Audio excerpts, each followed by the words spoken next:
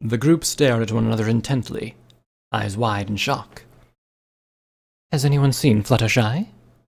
Celestia asked, hoping for an answer. The group shook their heads in reply. "Not since the lights went down in the first place," Applejack muttered. "Sorry," Pinkie sighed in response. "Never mind that," Luna said, laying a hoof on Pinkie's shoulder. "At this point, we are all now trapped in a castle with a psychopath intent on killing us all. We need a plan," Luna declared. "That's right. At this point, all signs point to Fluttershy being the killer," Celestia agreed. "I suggest we take the only hunch we have," she added. "I agree," Applejack said, chiming in. "Plus, if one of us turns out to be the killer," she said, shooting a quick glance at Pinkie Pie, "then the other three can stop her," she finished. "That's right," Pinkie Pie agreed. "I'm in," she declared, putting a hoof in the middle of the group. "Let's do this," Applejack chimed in, putting her hoof in as well. "It's now or never," Celestia added, laying her hoof on top of the others. "We are not going to die tonight. Not on my watch," Luna said, joining the other three. The group cheered with enthusiasm and lifted their hooves in the air. They looked around at the rest of the room with determination as they planned their next step. "So, what now?" Pinkie Pie asked bluntly. The group traveled through the castle together, all skeptical of each other's innocence as they searched for Fluttershy. They called out to her multiple times at first, with no response. After a while, they decided it was a fruitless effort and continued on in silence. With no way to track her down, the group began to lose hope. "You think she made it out?" Pinkie Pie asked the other. "I don't think so. Besides, if she is the killer, then why would she want to leave?" Luna responded. "So what exactly are we going to do when we find her?" Applejack added to the others. "We should question her. Calmly," Celestia responded. "We don't want her to suspect anything, and besides, she might not be the killer," she agreed. "Agreed. We need her alive if she is innocent," Luna said to her sister. The group continued to walk through the hall without another sound coming from anyone. It must have been some time in the early morning, still before dawn, but the hunt was still far from over. As much as they hated to admit it, the poem still called for the death of 4 more ponies.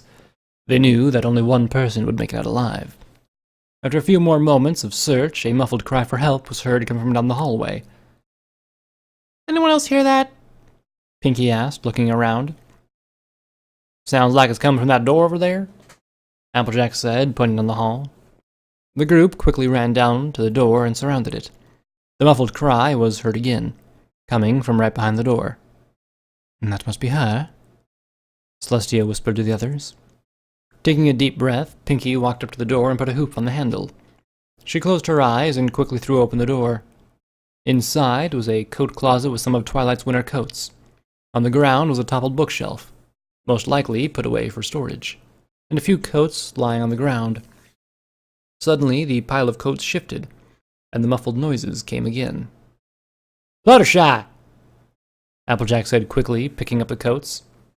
Fluttershy was face on the ground, trapped underneath the weight of the bookshelf. She struggled to free herself, but the shelf would not budge, despite her efforts. "Luna, help me lift this up," Applejack said, trying to lift the shelf up. It was heavy, but the combined efforts of the farmer and the Alicorn were enough to put the shelf upright again. Once the shelf was standing, the group once again looked to Fluttershy. The Pegasus struggled to stand, breathing heavily from her struggling. "You all right, Sugar Cube?" Applejack asked, holding a hoof out to her friend. Fluttershy looked at Applejack's gesture, then quickly to the rest of the group. Her eyes shot fully open as she bolted from the closet, pushing past the others.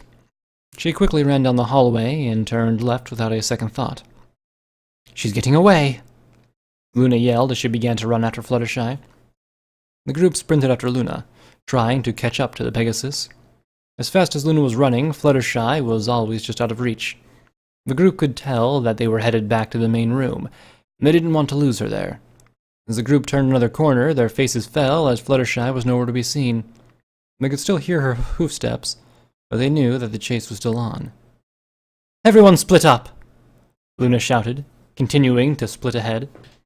Celestia and Applejack turned down the left and right hallways, respectively, and Pinkie Pie turned back around to see if she could find another way. They continued to dash around looking for Fluttershy, but it looked like she had eluded them. Fluttershy ran at speed she rarely reached as she bolted from the group.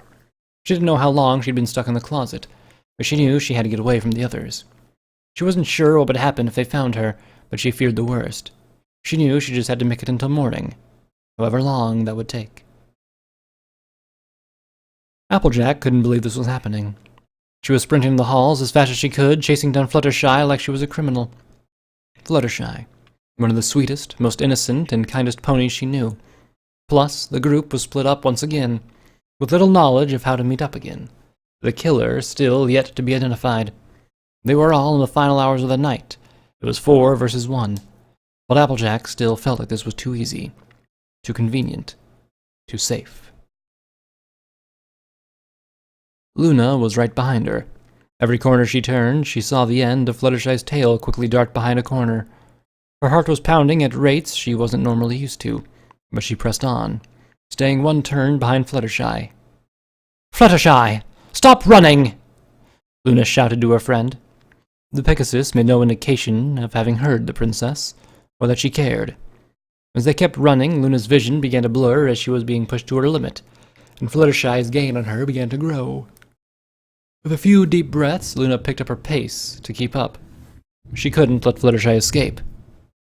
She wouldn't let Fluttershy escape. Celestia heard Luna's shouts coming from a few hallways over. She knew that Luna must have been right behind Fluttershy. She also knew that Luna was furious. The last time she was this mad, ponies got hurt. A lot of ponies got hurt. Some guards were still recovering at the time. Celestia needed to get to Fluttershy and her sister before someone got hurt, or worse. As she trotted down the hallway in search of the corridor connecting them, she realized something. Fluttershy wasn't necessarily the one in danger.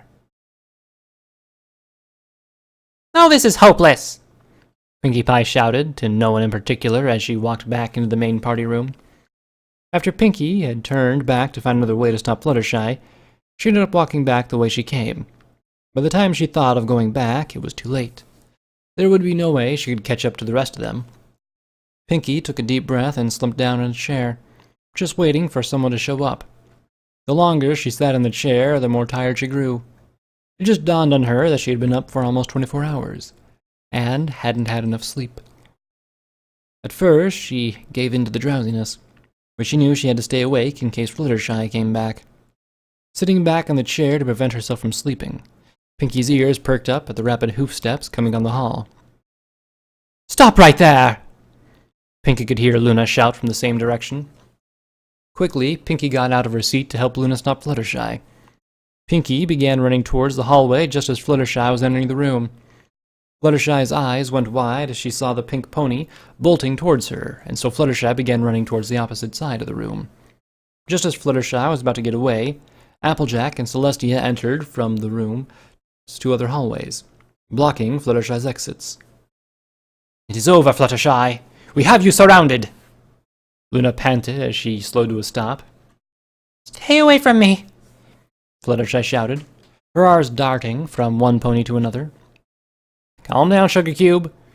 We just want to talk to you," Applejack said, trying to calm the Pegasus. "No, stay back!" Fluttershy shouted as she was being backed into a corner. "Fluttershy, calm down. It's all right," Celestia said in a soothing voice. Fluttershy was about to speak again when a nearby light switch caught her eye. "I said, stay away!" she screamed as she clicked off the light. What followed was 4 ponies simultaneously shouting, "No!" A moment of silence, then 5 ponies screaming in horror. Luna flew from the room with the sliver of energy she had left. The killer was going to strike then. It was the perfect time. Luna was so scared she was even shouting in her equestrian voice with the old equestrian vernacular. "Some pony, get thee outside now!" she screamed, still flying through the castle. As she flew, she noticed that it was getting harder to fly due to her exhaustion, and she began to lose control. The princess turned a corner and noticed a suit of armor on display at the end of it. However, it was about all she noticed, as she flew straight into the side wall along the way. She then fell to the floor and slid into a dust-covered suit of armor, causing the dust to fill the air around her. The armor shook in place as Luna began to cough and wipe the dirt from her face. "Someone get this dust off of me!" Luna shouted, still speaking in the old vernacular. Then her eyes widened as she remembered the poem.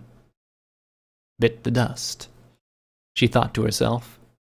She looked back up to the suit of armor.